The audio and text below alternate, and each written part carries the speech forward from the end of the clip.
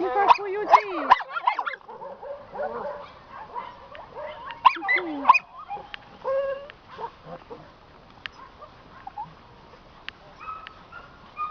Cum mai salut, mama?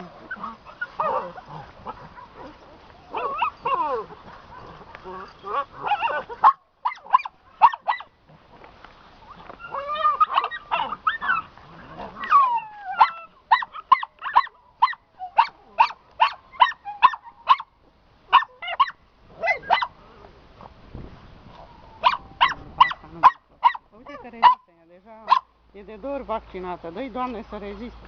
Că știi că mi-au murit... Da, dar frumoasă e frumoasă, nu e? Mi-au murit și cu 2 vaccinuri. Da, dar cred că e și rezistentă. Ce puiuț frumos. Am eu aici, puși de Viorel. Dacă... Deli! Deli!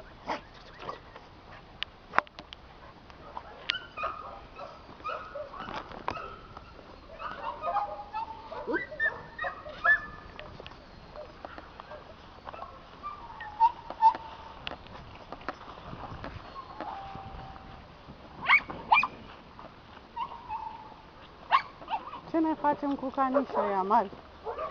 Nu i-a tuns să la nici acum? Nu. Bine, nici nu i-am adus scule.